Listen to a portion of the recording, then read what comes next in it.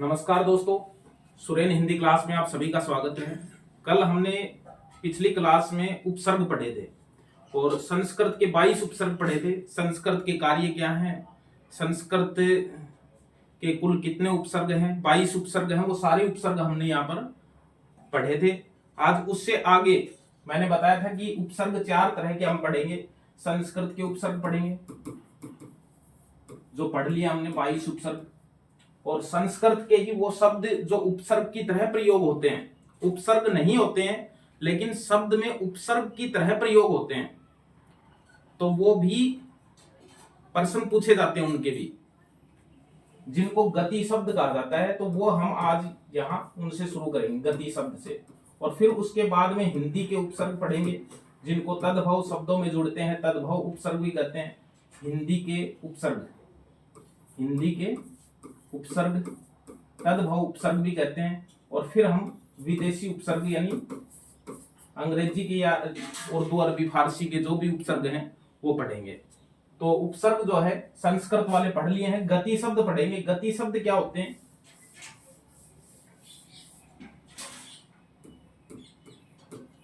गति शब्द यानी वे शब्दांश या अव्यय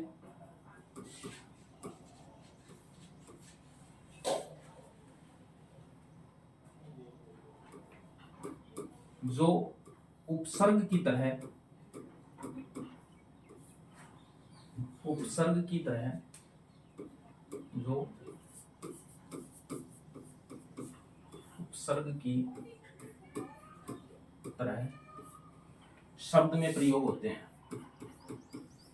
शब्द में प्रयोग होते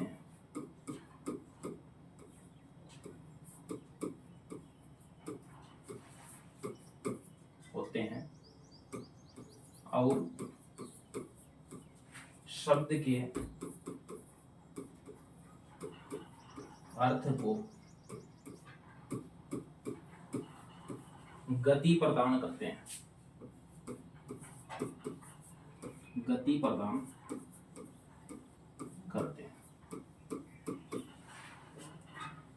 लेकिन ये क्या है? ये संस्कृत के शब्द हैं। ये संस्कृत के शब्दांश, वे शब्दांश यानी ये संस्कृत के शब्दांश हैं जो कि उपसर्ग की तरह ही प्रयोग होते हैं। क्या होते हैं? अव्यय होते हैं, शब्द में प्रयोग होते हैं, शब्द से पहले प्रयोग होते हैं और उसके अर्थ को गति प्रदान करते हैं। गति शब्द कहलाते हैं। उपसर्ग तो 22 होते हैं संस्कृत के, लेकिन इनके प्रश्न भी आते हैं। जैसे अ है, हमने जो 22 उपसर्ग पढ़े उनमें अ नहीं पढ़ा, जबकि अ तो है ना, विज्ञान में है, ये अज्ञान में है।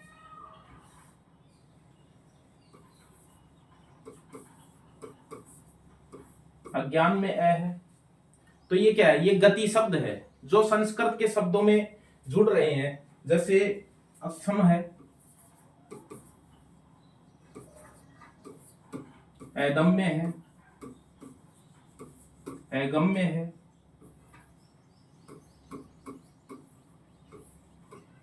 अगोचर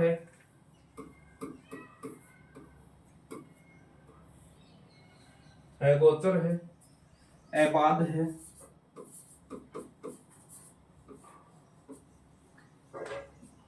यानी ये एक गति शब्द है। अ जो संस्कृत शब्दों में जुड़ रहा है वो गति शब्द है। जो तद्भव शब्दों में अ जुड़ रहा है वो हिंदी उपसर्ग है। ये हमें ध्यान में रखना है। यानी ये जो अ है ये संस्कृत शब्दों में जुड़ा हुआ है तो ये गति शब्द है, और यदि ये हिंदी के शब्दों में जुड़ा हुआ है, तद्भव शब्दों में जुड़ा हुआ है, तो वो हिंदी उपसर्ग है। तो ये हमें ध्यान में रखना है। जैसे शुरुआत की पढ़ लेते हैं 2 नंबर का। जैसे अन्न है, 2 नंबर का गति शब्द है जिसका प्रश्न सबसे ज्यादा आता है। देखिए, संस्कृत के उपसर्ग में अनु है, हिंदी के उपसर्ग में अन है। जैसे अनपढ़, अनगढ़, ठीक ना। और इसमें संस्कृत में ये जो चलता है ये गति शब्द है। जैसे अंधिकार, सबसे ज्यादा आता है शब्द शुद्धि में, अब आता है अंधिकार, यानी इसमें अधिकार का ए जो है वो इसमें जुड़ गया है, अंधिकार। जैसे अनापत्ति, यानी आपत्ति का आ जो है वो इसमें जुड़ गया है, अनापत्ति। इसी तरह जैसे इसमें देखिए, जैसे अनासक्ति है, अनभिज्ञ है, अनासक्ति, आसक्ति का आ इसमें जुड़ गया, अनभिज्ञ है, अनभिज्ञ, अनुर्वर है, यानी उर्वर का है इसमें जुड़ गया, ठीक है। जैसे अभ्यस्त शब्द है तो वो इसमें जुड़ जाए तो अनभयस्त, अनभयस्त, इस तरह से। यानी ये सबसे ज्यादा परीक्षा में पूछा जाता है। उदाहरण और भी है, हम किताबों से देख सकते हैं। तो ये एक संस्कृत का क्या हो गया, गति शब्द हो गया, यानी इसमें हमें ये देखना पड़ेगा। जैसे विसर्ग संधि में हमने देखा होगा अध है, हिंदी उपसर्ग में भी होता है, हिंदी उपसर्ग में होता है, जैसे अधमरा, अध कचरा, ठीक है। और संस्कृत में विसर्ग लगेगा इसमें, जैसे अधोगति, अधोगति, जैसे अधोगत, अधोगत, जैसे अधोवस्त्र, अधोवस्त्र, जैसे अधपतन, अधपतन। तो ये गति शब्द हो गया संस्कृत का, वो शब्द जो गति शब्द की तरह प्रयोग होता है।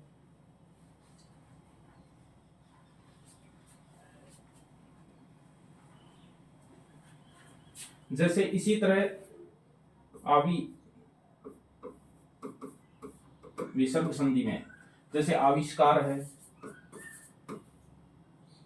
आविष्कार है, आविष्कृत है, आविष्कृत है, जैसे आविर्भाव है, आविर्भाव है। और यदि हम देखें तो आविर्भाव है, आविष्कार, आविष्कृत, आविर्भाव। तो इस तरह से ये गति शब्द हैं, ये चार हो गए यहाँ पर, ठीक है। पांचवा गति शब्द हम देखते हैं कि जैसे संस्कृत का है एक, जैसे का पुरुष का है,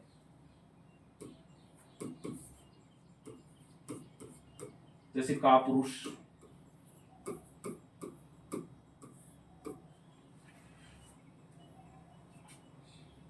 जैसे का पुरुष है, जैसे काजल है,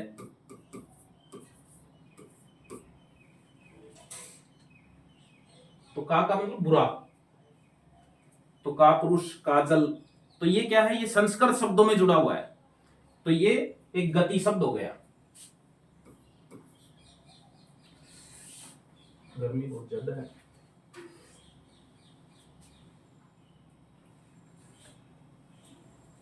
कु देखिए, कु हिंदी में भी है और संस्कृत में भी है।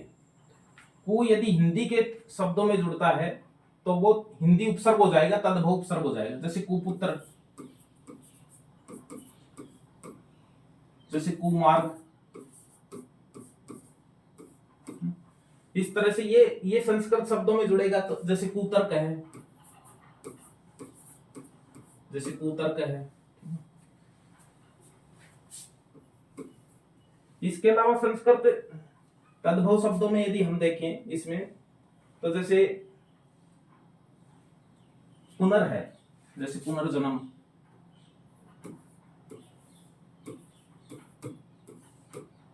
जैसे पुनर्जन्म,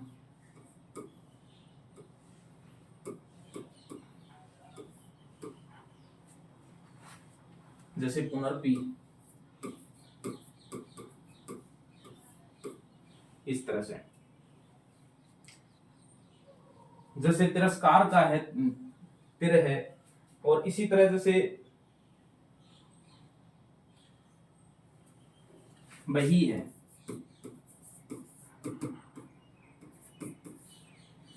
जैसे बहिष्कार,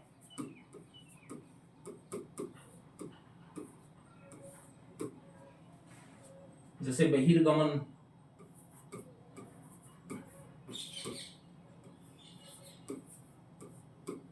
इस तरह से।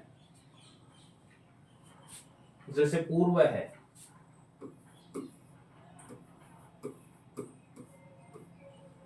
जैसे पूर्व जन्म,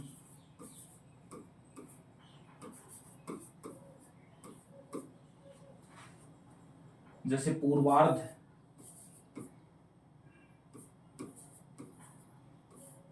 इस तरह से। और पूर्व निश्चित, पूर्व निश्चित, ये संस्कृत के कुछ गति शब्द हैं। जैसे सह है, जैसे सहयात्री, सहयात्री, जैसे सहचर, जैसे सहयोग,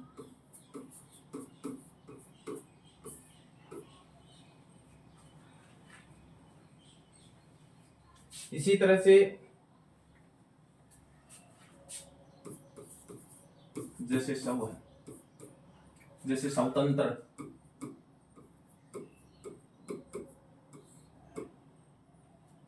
जैसे स्वराज, स्वराज्य। तो ऐसे बहुत से उदाहरण हैं, लेकिन हमें यह समझना पड़ेगा कि संस्कृत के जो 22 उपसर्ग हैं उनको छोड़कर यदि कोई शब्दांश, कोई अव्यय यदि संस्कृत शब्दों में जुड़ा हुआ है तो वो एक गति शब्द है, उपसर्ग की तरह प्रयोग होता है। हाँ, प्रश्न आ जाता है कि इसमें कौन सा उपसर्ग है तो वो पूछ लिया जाता है, लेकिन वो एक व्याकरण की भाषा में गति शब्द है जो उसके अर्थ को एक दूसरी ओर गति प्रदान करता है। ऐसे बहुत से हैं। हिंदी उपसर्ग देखिए,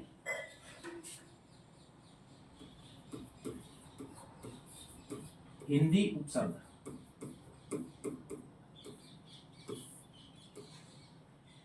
तद्भव उपसर्ग भी इनको कहा जाता है, क्योंकि जो हिंदी के उपसर्ग हैं वो कौन से उपसर्ग हैं? वो उपसर्ग हैं जो तद्भव शब्दों में जुड़ते हैं। संस्कृत के वो उपसर्ग हैं जो संस्कृत शब्दों में जुड़ते हैं, इसलिए ये तद्भव उपसर्ग भी इनको कहा जाता है।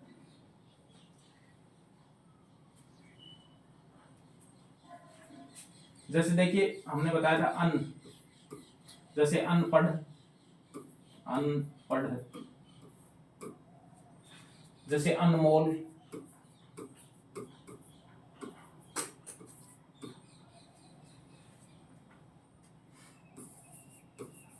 जैसे अनगढ़, इस तरह से। तो ये हिंदी के उपसर्ग वो उपसर्ग हैं जो हिंदी के तद्भव शब्दों में जुड़ते हैं। जैसे अध बताया था, अध है, जैसे अध मरा है, अध कचरा है, अध कचरा है।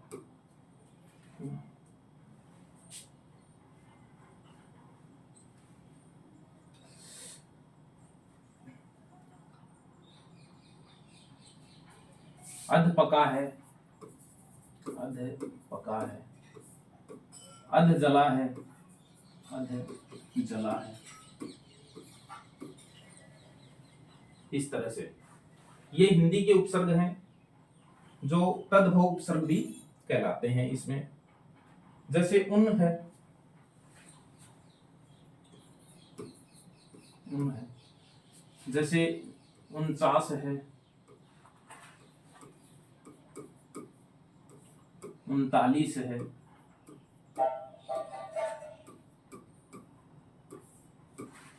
29 है। यानी उनका जो अर्थ होता है वो भी एक कम होता है, एक कम। 49 यानी 50 से एक कम, 39 40 से एक कम, 29 30 से एक कम। तो ये जैसे ऊ है, ऊ का मतलब होता है ऊंचा, जैसे उचक्का है जो चक्के को भी पार कर जाता है, उचक्का।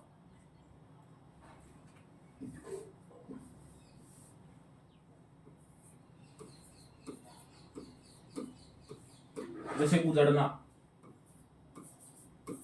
यानी जड़ से भी ऊंचा होना। जैसे उखड़ना,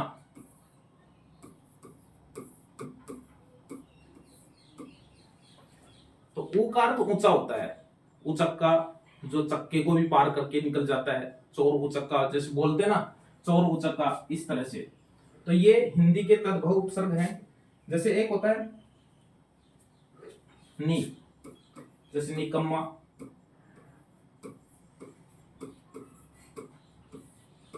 निहत्था,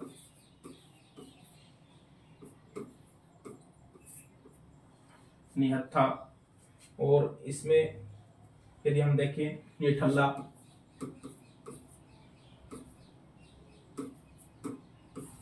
इस तरह से। ये हिंदी के उपसर्ग हैं। जैसे बी, बिन, जैसे बिन ब्याहा,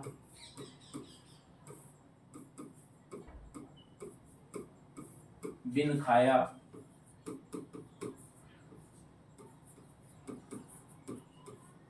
बिन जाया।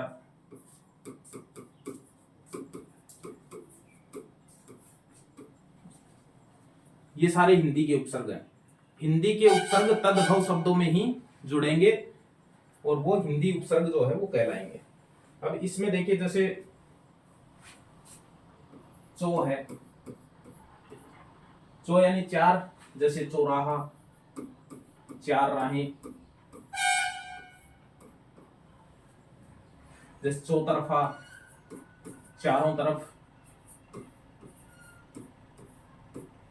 जैसे चौकन्ना, चार कान होना, चौकन्ना, इस तरह से। जैसे चौपड़,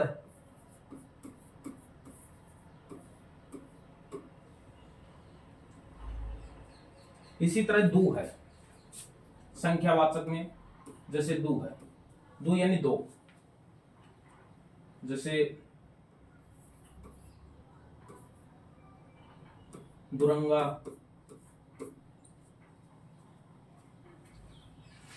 जैसे दुलाती,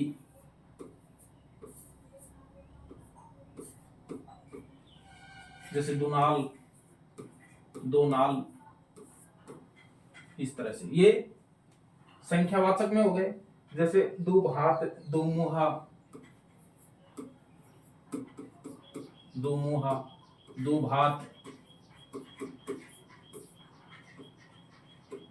इस तरह।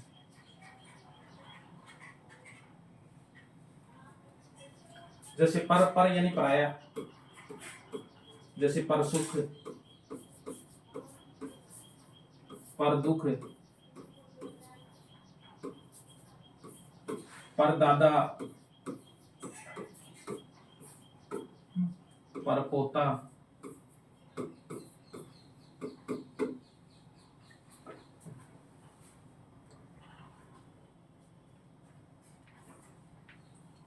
तो इस तरह से ये हिंदी के उपसर्ग हो गए।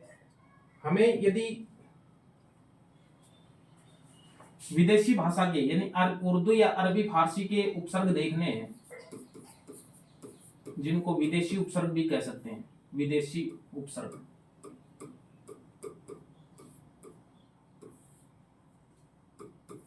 विदेशी उपसर्ग भी हम इनको कह सकते हैं। जैसे अल है,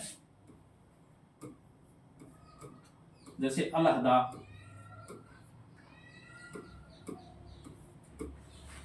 जैसे अलविदा,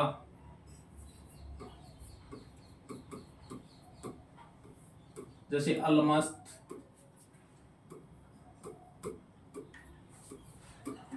जैसे अलमस्त, जैसे अलबेला,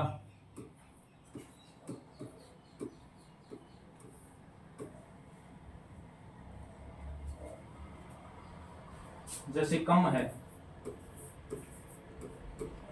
कमजोर, जैसे कम वक्त,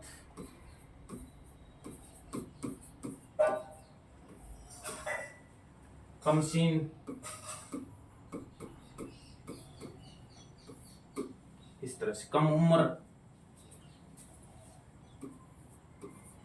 कम उम्र, ये इस तरह से। जैसे खुश है, खुश, खुश का मतलब अच्छा। जैसे खुश मिजाज, खुश मिजाज, खुश मिजाज है। जैसे खुशबू है,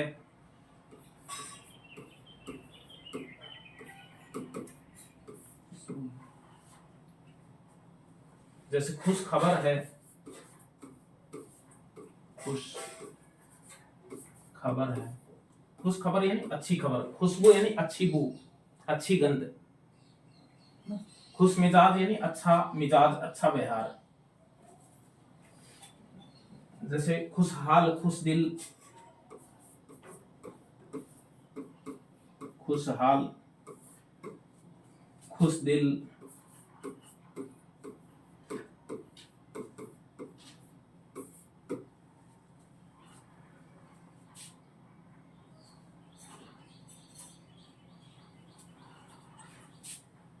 जैसे बा है, जैसे बाइज्जत,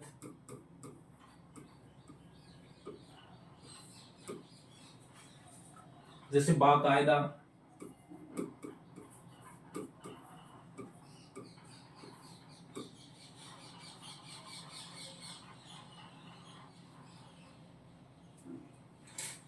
जैसे बर है।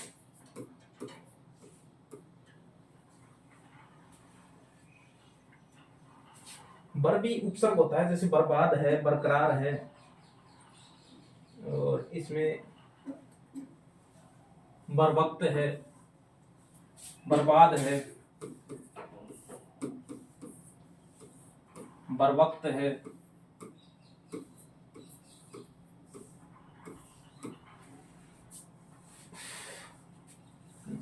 और इसमें इसमें देखो, जैसे बदनाम है,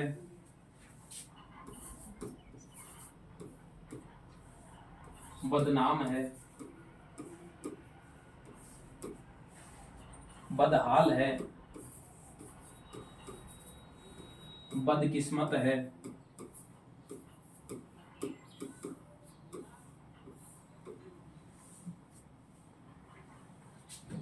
बदतमीज है, बदतमीज है, इस तरह से।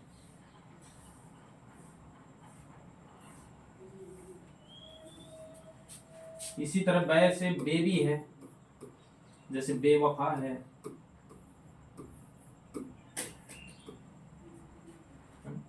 बेइज्जत है, इज्जत है, जैसे बेकार है,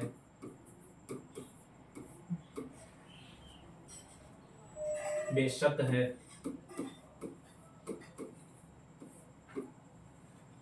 इस तरह से। इस तरह से बिला भी होता है एक, है ना? जैसे बिला इज्जत, बिना इज्जत, बिला का अर्थ भी बिना ही होता है। तो इस तरह से विदेशी उपसर्ग, हिंदी उपसर्ग और गति शब्द और संस्कृत उपसर्ग, हमने ये 4 तरह के उपसर्ग जो है यहाँ पर देखे हैं। ये सिर्फ एक आधार था कि भाई हमें इस तरह से पढ़ना चाहिए।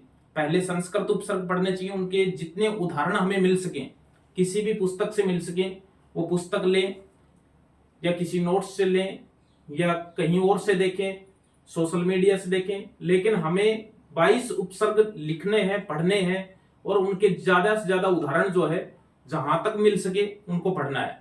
फिर हमें गति शब्द भी ज्यादा से ज्यादा, जितने ज्यादा मिल सके, जो संस्कृत शब्दों में अवयव जुड़ते हैं वो मिल सके, उनके उदाहरण जितने ज्यादा मिल सके वो हमें एक नोट्स बना करके उनको बार बार पढ़ना है। इसी तरह हिंदी उपसर्ग जो तद्भव शब्दों में जुड़ते हैं, तद्भव उपसर्ग, उनको भी हमें एक जगह करना चाहिए और फिर उनको पढ़ना चाहिए। इसी तरह विदेशी उपसर्ग, उर्दू, अरबी, फारसी या अंग्रेजी के जो भी उपसर्ग हैं, जैसे अंग्रेजी का भी है, जैसे सब इंस्पेक्टर है ना, तो इस तरह से